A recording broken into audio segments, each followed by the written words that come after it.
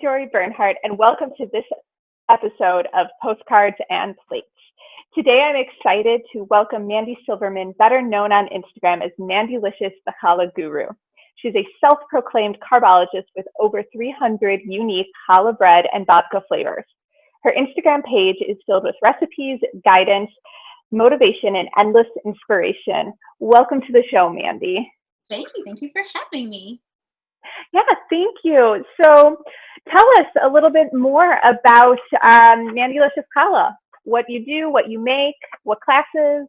Okay, yes, it's very exciting. So I do everything is for everybody else. I make challah and I make bread, and it started off as like a business, a local business, but really what it's turned into is like a diving board for people to like get their start into carbs.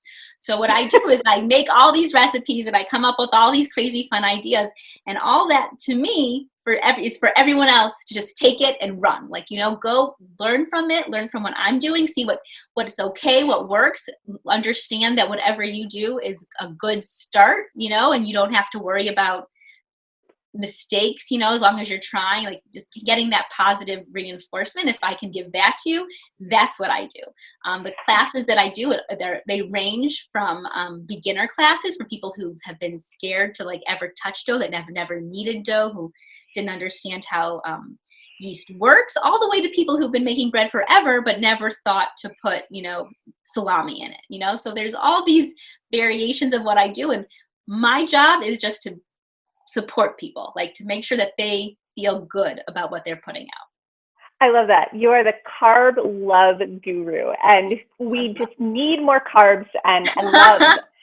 and I think that like challah is just something that people are just sometimes afraid to just dive in and do, because they have a family recipe, they have a recipe from, this person's cousin's uncle's girlfriend, and it's supposed to be the best challah, and it just makes challah seem so unattainable and just puts it on a platform. Exactly. That's exactly what I tell everybody. I say that people think that they put the challah on a pedestal, and it should be, because it's delicious and fun, and you serve it with your family at these like wonderful times of like at holidays and on Shabbat, and all these wonderful times that you're together. So of course it's natural for you to think it's very special, but it's also important to take a step back and realize it's just bread, it's okay. And the more fear that you put around it, the higher up you look at it, instead of bringing it close to you, the less you'll use it, the less you'll make it more your own. So you're not even letting live your full challah potential, unless you just like embrace the challah as your friend, not like a movie star. Yeah, and that's the thing that I love about your Instagram page, is it's just fearless. Like, you are trying so many different fillings that I would never have thought. Like, I would not think to put salami in a challah or brisket in a challah, like buffalo chicken in a challah. I wouldn't think that, and I think that's what's so incredible. Yes, well, that's all it is. What goes good with bread? And the answer is everything. Everything with bread. So then you can just put it in there. It's fine. Yeah. So how did Mandylicious Challah get its start? Around 8 years ago, I had never really made challah, because I had put, just like you said, I put the challah on a pedestal. My mom made fabulous challah.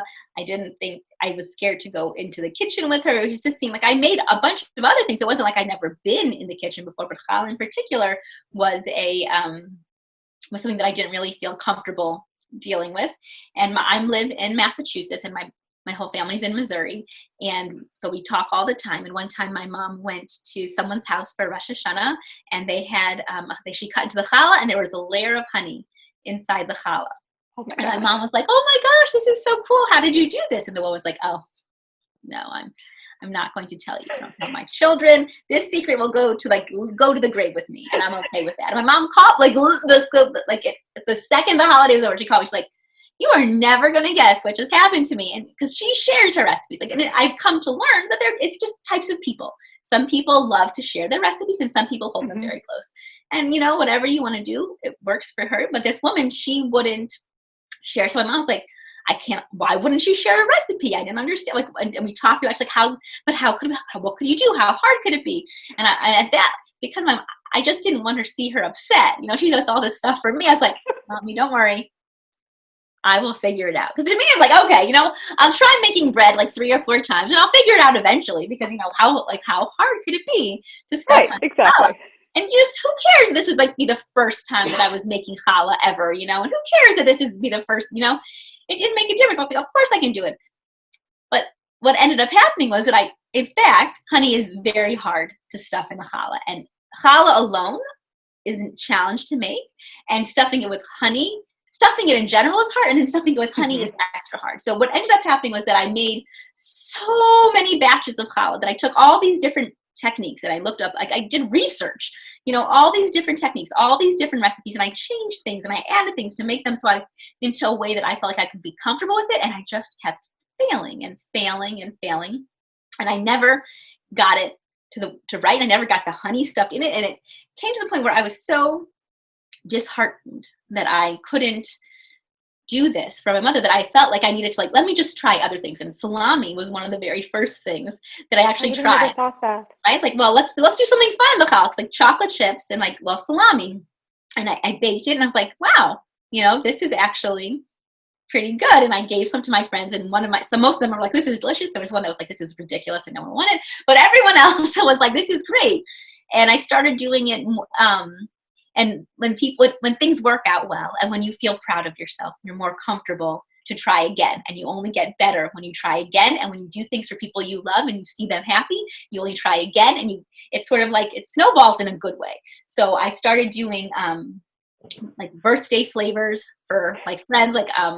My husband Danny, he loves buffalo chicken, so that's why I started making the buffalo chicken challah. And my friend Rebecca, she loves Indian food, so I made her a chalu naan challah. And my friend Debbie, she likes green goddess dressing, so I made her a green goddess challah. All these different flavors, just inspired by what people enjoy, and in figuring out a way that they could be worked into the dough. And then after a while, it was almost 10 months of doing that, and people started to be like, you should make these are different. You don't really see. You see some things, like chocolate chips, okay, poppy seeds, okay, but you don't really see so many things stuffed with caramelized onions. Maybe you should make this into a business. And it was a big jump for me, because doing it for people just for fun, for making them happy, is a very big difference than making it for people for a business. So once I overcame that, which also took a lot of persuasion, then I did it. And I did the first time I think I cut it off at it was 15 or 30 challahs. I was so scared to make 2 in a week seemed like so much. So I thought 15, 30, I don't remember even what it was. It's like, this is plenty. And I did it, and it went well. And that was October of 2013. And it happened to have been November of 2013 was the Hanukkah and Thanksgiving together. Do you remember that? Yes, that was the first time I made a turkey-shaped challah. Yes. So I made a turkey-shaped challah. I made a pumpkin spice filling, and I put little pull-apart rolls all over it, and a little sprinkles for the beak and the wattle, and a chocolate chip eye, and it was different than I think anyone had ever seen. And I only had a Facebook page. It barely had 100 followers. And I put it on my Facebook page. I'm like, ta-da! This is what we're offering this week on Mandylicious this month, because we did it once a month then. And my brain. And people shared it all over, and people drove from Maryland and New Hampshire and oh my gosh, from farms. I couldn't ship it. So they drove to get this challah-shaped turkeys, which was really weird and cool. But I was like, and that sort of gave it a good boost, because people from not just Sharon, Massachusetts, Sharon is small. So that sort of helped more people know about it. And then it was almost another year later of just coming up with more fun flavors that people, Instagram was a thing. And my friend's daughter actually had to put me on it, because I was like, I don't understand this Instagram. You have to help me figure it out. Because I guess because the challah, the pictures are cool, right? It's all fun flavors. And Instagram is all about seeing something and wanting to make what you see happen to you. And she helped me figure it out. And I started off the Instagram trying to make it just like an extension of my business, like how Facebook was, how make people, interested in my product. But when I was only on it for a few weeks, and I had gotten so many messages that for people that had been through, it was exactly what I had been through, that they were scared. They had put the challah on a pedestal. They were scared to make it themselves. And then they failed. And because they weren't, trying to put honey in a challah. They just were like, I can't do it. I'm done. But every mistake, any question that they had, I failed that way already 16 times. So I could totally help them. I'm like, oh no, I know what that is. Do this and it won't happen again. And then it realized that this platform, because it was so global, because it wasn't just like in Sharon, Massachusetts, it'd be much more beneficial if instead of me making this as a page for like a business page, if I did it a page for everyone else.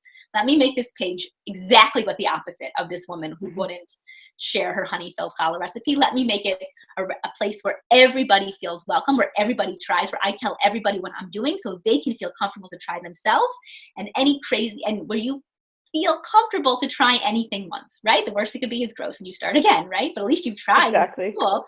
And when you try things and you go in with that attitude, it only leads to success. Because even if your challah fails, if you feel proud of what you did and you see what you've done has worked, and people, even if it's not beautiful, it tastes good, great.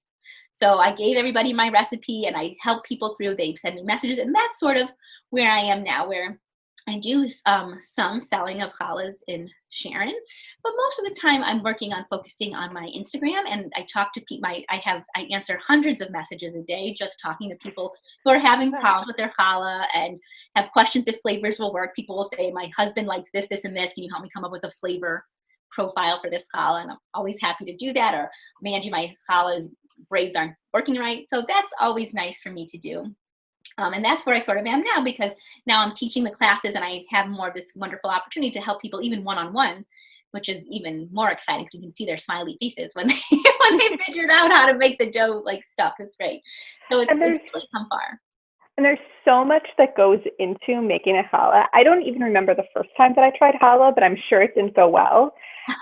And it does take time, and there's so many factors, like you said in our email exchange, about humidity and temperature, and if the earth is not rotating in the proper direction slightly for a second. Yes. And now I'm wondering if back in 2013, when I made that turkey challah for the first time, if I saw your Instagram page and went, oh, cool, I want to try this. No, it's good. It's the best. When people see something you've done and it sparks something inside of them to try it themselves, it's like, I must have done something right. You get a new pair of shoes and then your friend gets a new pair of shoes the next day. You're like, ha, they must really like them. So it's true. You've done well. So good. I'm glad. I hope you did. Yeah, I'm going to say that it was your turkey challah that inspired it. And now I make a turkey challah every Thanksgiving, because why not? Why not, right? It's the best. So how do your Jewish experiences, how do they lead to the development of Mandylicious Challah? How do you incorporate your Jewish experiences into your business? Tell us a little bit more about that. If you have a childhood memory you'd like to share. It's actually the opposite, because some people have these memories of making challah with their grandparents, but because I actually had the opposite experience, where I wasn't in the kitchen with them. I just looked, and I was more afraid of it, as opposed to like, oh, I want to make this to be like my bubby. I had to actually go and be like, I'm never going to make this as good as my bubby. Let me just see if I can make this as good as me, right? Let's just start. Step one is acceptance. Yeah, let's just see what I can do, all right? Sorry, bubby, I know, like, I use a bread machine. It's already, she would smote me if she could. Like, there's all these things that I know that she would, but so it's all, and then it's also the same thing as growing up in an environment where they weren't so accepting of different things, so like, oh, would they, and I still get messages like, you can't put cookie dough in a challah, that's not right. When I first published a recipe, I did it on the Nasher, and about my red velvet challah, and it was great because so many people were like, oh, this is so cool, a red velvet challah. But there were like a couple of people like, your bubby would be turning in her grave if I'm like, you don't even know my bubby. Why would you even say that? She loves carbs. She wouldn't care what I put inside of it. So, there's these, it takes a long time, and I'm still not over it, to listen to all the happy voices and ignore the ones that are like, this is absolutely so hard. And it's harder when it's your own voice you're listening to. You're like, oh, I'm not good enough, right? So it's all about trying to just focus on the happy and tune out all the negativity. So when I think about my Jewish experiences affecting my challah and my company, I do think about like all those people that tell me like, oh, your bubby would be rolling over in her grave. Oh, you're not doing this right. Oh, you're not. I think about all those the negative, and I try and drown it out with vast amounts of positivity. You know, like I don't want to hear it. Like I have all these people today that are so happy that I made red velvet challah because they were able to make red velvet challah this Shabbos. And who cares? I use that as a catalyst to drown out all the people that in all sects of Judaism that say things have to be a certain way, which is in all religions. There's some people that think that things have to be a certain way, which is why people revere the challah. They don't want it to change it. And there are people that are like, I just want to make this special for my family every day, and no matter if it's flat or round or red or black or purple and I burnt it, it doesn't make a difference because I made this and my family is enjoying it together, and it doesn't make a difference at all. So that's what I did. I took all those scared voices, or the voices that are so loud that don't want change, and I almost used them like as a trampoline to jump off of, that I didn't, to just keep that momentum going. And the people that don't want to change their challah, that only want it to be plain, that don't want it to have sugar, they don't have to follow me. And I know that the people on Team Licious, the people that follow me, they're ready for fun. They're ready for me to put any sort of crazy thing out there, and they're going to go with it. If they love it, they love it. If they hate it, they hate it. And we've made this community where everyone is so excited to see fun challahs and make their Shabbat experiences even more personal to them, which is the best. And I think that's just so beautiful because it's just a way of making Shabbat accessible and holidays accessible, and just saying, listen, you're welcome here. You're welcome at this table. You tried. You did something hard. You tried, and be proud of that accomplishment. I remember when I started using sourdough culture, and that's a whole nother level of crazy. And side note, I started using way before the pandemic. My trendsetter, hipster right here. And I decided, like, this one week, I am going to make sourdough challah. I'm going to make sourdough babka. And like halfway through the week of feeding my sourdough culture and getting it ready, like I was half in tears of like, I'm putting in all this time and effort, and it's going to go so badly. And you know what? I trusted myself. I trusted my gut. And it was the most delicious babka I ever made in my life, and the most delicious challah. And I think that's the beauty. Like, I love that about Mandylicious and about you is try. Like, you're not going to succeed unless you make that attempt. Like, that is the first step. Exactly. It's so true. And you know what? People start with this base recipe and then they mess with it from there. The people that only want to put honey in their challah, that's the whole recipe is designed to substitute in things, to change it, to make it to the way that you want it to. So you've got this base and you go crazy. You do what you do, you know? You do what exactly. And you can't go wrong because at the heart of it, you are eating carbs. Carbs are great. Carbs are great. So let's talk about carbs. I thank you so much for the recipe. I had fun with it. I made the recipe Friday night because I had this like moment of, I'm interviewing the challah guru. I have to get it right. And so Friday night was the test run, and it was so delicious. And I've been trying so many different recipes because I figure, you know, it's good to have a repertoire, and everybody does it differently. Yes. And yours is a little bit different. So do you want to talk about what makes your challah special? So what I've done in my recipe is first I use instant yeast, which I think is the best thing ever, because yeast was probably the number one thing that I'm scared of. I'm still scared of making bread, because the yeast is more fragile than I am, because if it gets right, the water is too cold, it's done. It's like, I'm taking a nap, I don't need it. If it's too hot, you've murdered your yeast, you're done. So it doesn't make a difference. So if you're off by like a degree, it could kill it. You know, who needs that pressure on top of, like, you know, you don't have time. You're already trying to impress everyone. So when I realized what instant yeast was and how easy it was to substitute in for regular active dry yeast, I'm like, yes, this is a yeast that I should only be using. So that was one thing. The other thing that I did was I added almost exactly the most amount of salt and the most amount of sugar you can add without killing the yeast. So you can only, if you have to add, you can't have a completely salt-free or sugar-free dough, because then your yeast will go crazy. You need it to calm down your yeast. If you add But if you add too much salt or too much sugar, it kills your yeast. So it won't have any rise at all. So, so finding that amount where it would taste like the most flavor you could get out of it. That people love flavor in general. Some people want it to just be a very basic non-sweet dough. I mean, that's my recipe is not for them, or they want a very light, airy dough. My recipe is not for them. But if you want a dough that you taste like challah, like a really like a rich, yummy bread, then this is for you, because not only is it easy because it can be made in the bread machine if you choose to. It's also because of all the salt and the sugar flavors in there. If you have to add more flour, which a lot of people do, or you have to add more liquid, some people do, depending on where you're located based on your environment, it's still going to be good. You just have to get to that right consistency, and however you get at the beginning, you'll work out at the end. It's like very go with the flow challah, which is great because it's stressful otherwise. Yeah.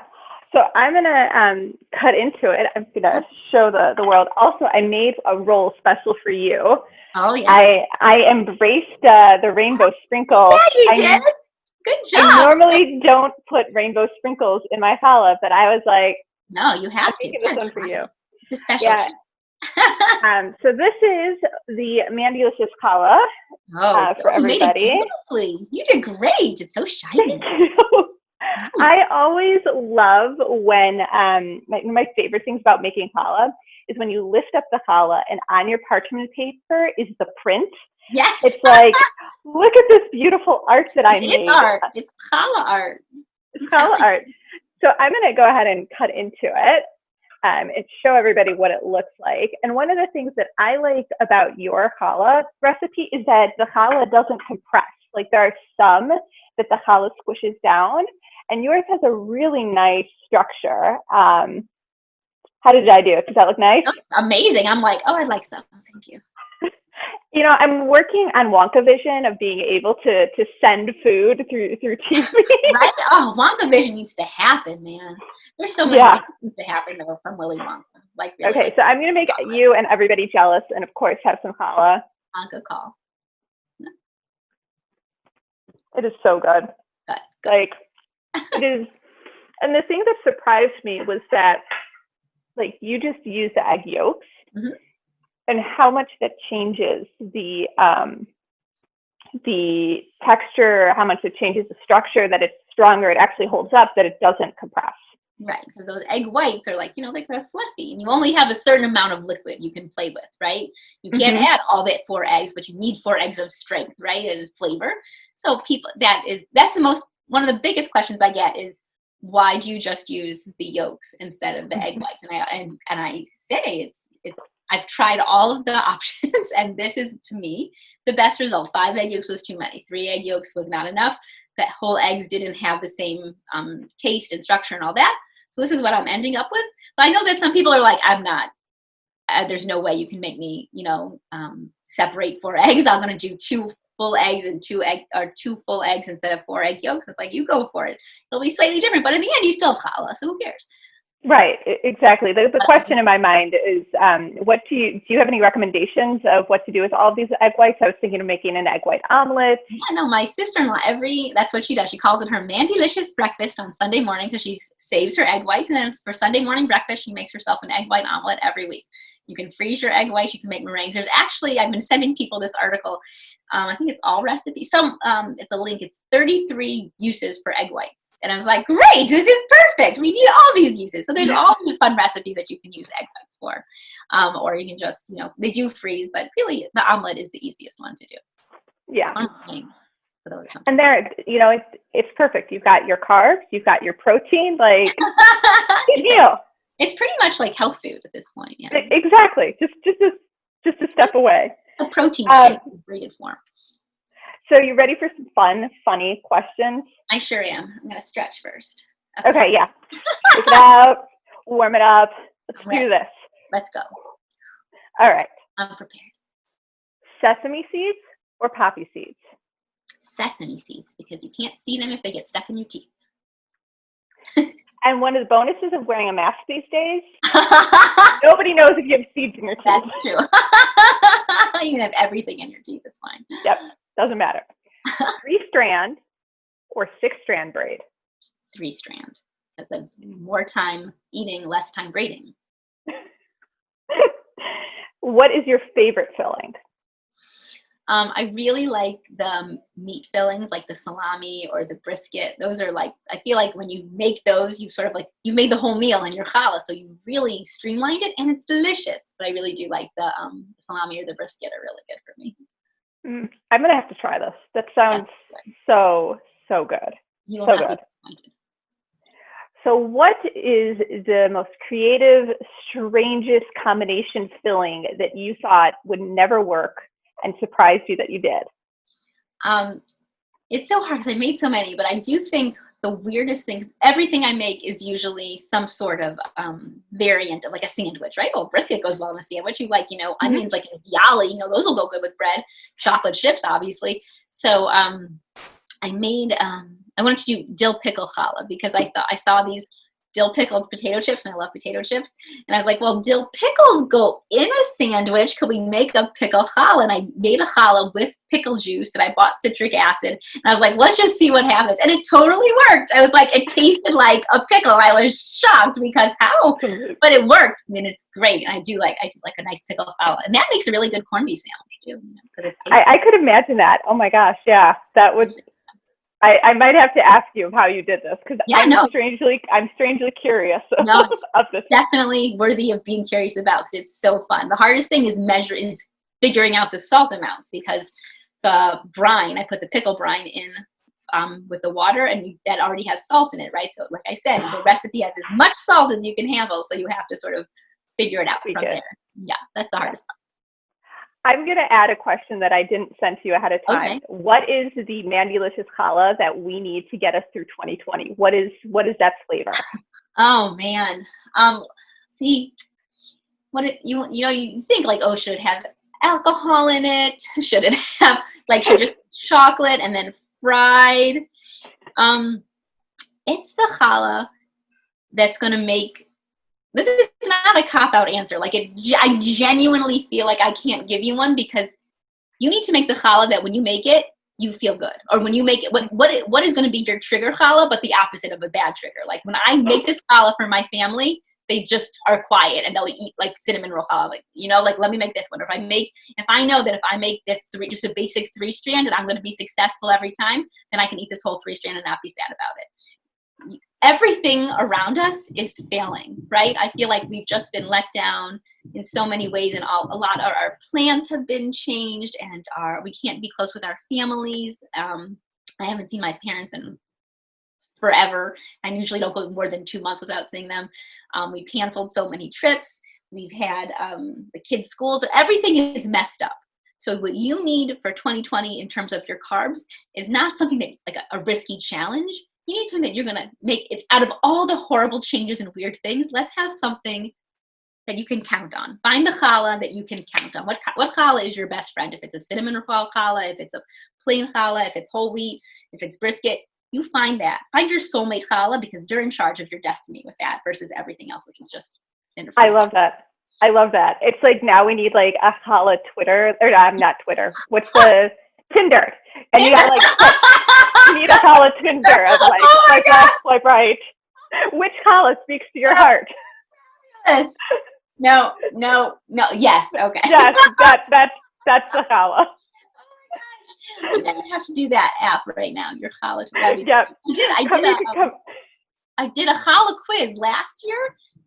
You take it and it would determine what flavor challah you are, right? So they would answer if you were doing this, this, and this, what would it be? So I feel like an offshoot of that could definitely be possible because making that quiz was super fun, but this is very good. Let me know because I'd like some royalty. Yeah, no, for sure. You got them. You're all good. No, I think that's true. I think it's 2020 is just about comfort food. Mm-hmm. Whatever gets you through. That's it. A little orange. Anything like nacho cheesy, that would be my challah. I would just dip it in cheesy sauce and I would just eat it on a stick. I think it'd be fine. There's nothing wrong. That sounds amazing. And then, so you're on Instagram. Who are you so excited that follows you on Instagram? Actually, my mom, because I'm the only. She does no social media. She does nothing. I had to set up. She's like, but everyone keeps telling me to check out your account. And like, I do have, like, I'm so honored. I have some, really big food people that follow me. And those are all wonderful. I guess I'm like in shock anytime that anyone that knows how to make bread, anyone follows me. But the fact that my mom, who doesn't do anything on Instagram, she had to I had to show her how to put the app on her phone. You can't find her on there. I've made her so hidden that I can't even find her. I don't even remember what her name is. I have no idea. But every once she's like, Mandy, I cannot believe that you got those eyeballs in a challah. I'm like, yes, Mommy, I know. Because I forget that she's on there, because she's like, you have these people that will like comment on everything and will write you messages, and I know that they're always there watching, but I forget. My mom's never been on Facebook. She doesn't do any of these things. And the fact that for my business, she's decided I was worthy to get an account especially because the reason I'm even able to make challah at all is because I was trying to help her make this honey challah. So I was like, she gets to be the one that I'm the most proud of, because I feel like if you already had an Instagram account before, then you just had to press a button. My mom had to make the whole account and figure out how to use it. So that is amazing. Amazing. I love it. I love it so much. Oh, great. She's compelling. I hope she is. Bubby Jackie. Woo, we got this. She really could have her own Instagram page at this point and like get more followers than me, because I feel like I've talked her up, but she's probably much more soothing and supportive than I am. So she would do well. So speaking of your Instagram, how do we find you? How do we get your guru wisdom? All you have to do is follow me at Mandylicious Challah. You need the Mandylicious and the Challah, because if it's just Mandylicious, it's somebody else. It's a Mandylicious Challah. And then if you want, all of my recipes and tutorials are in my highlights along the top of my basic feed, those little round circles. Those are a whole bunch of highlights with fun tutorials and recipes in them. And if you just want my base recipe, all you have to do is direct message me. And it's not, I make you direct message me, not because I'm trying to sell people anything or, like trick people into doing something. It's because I want to open a line of communication. When you read a recipe in a cookbook, how many times have you tried a recipe and you had a problem with it and you just never went back? Right? It's disheartening. It happens to everybody, and to any recipes, it's completely normal, right? Because we're not in the same kitchens, or maybe you misunderstood what I meant. So 99% of the time I give people the recipe, they send me a picture, look, Mandy, I did it, I love it, it was perfect. And I'm so happy. So that alone, when people, I kind of talk to them and see how well they're doing, that makes me happy. I guess that is sort of selfish. But for people they have had a question or a concern about texture or bread flour, if I just gave out my recipe and they made it and it didn't work for them, they would never try it again. But I know this recipe is good. I know they can succeed in doing this recipe. So by knowing that I'm just a regular person on the other end of the direct message, and I'll write them back anything, they can send me any picture, it helps people become more successful. So that's why I just make sure to have them direct message me, so I'll get that recipe to them. Yeah, I love that, because it's like you're our challah best friend. You are the guru. It's like I love that, because again, it just makes it so much less intimidating, so much more accessible, and something that everybody wants to try. So that being said, go follow Mandy on Instagram and go try making a challah this Shabbat. Yeah, you can do it. I promise. And it's okay if it doesn't turn out, because you're just going to have to try it again next Friday and the Friday after that.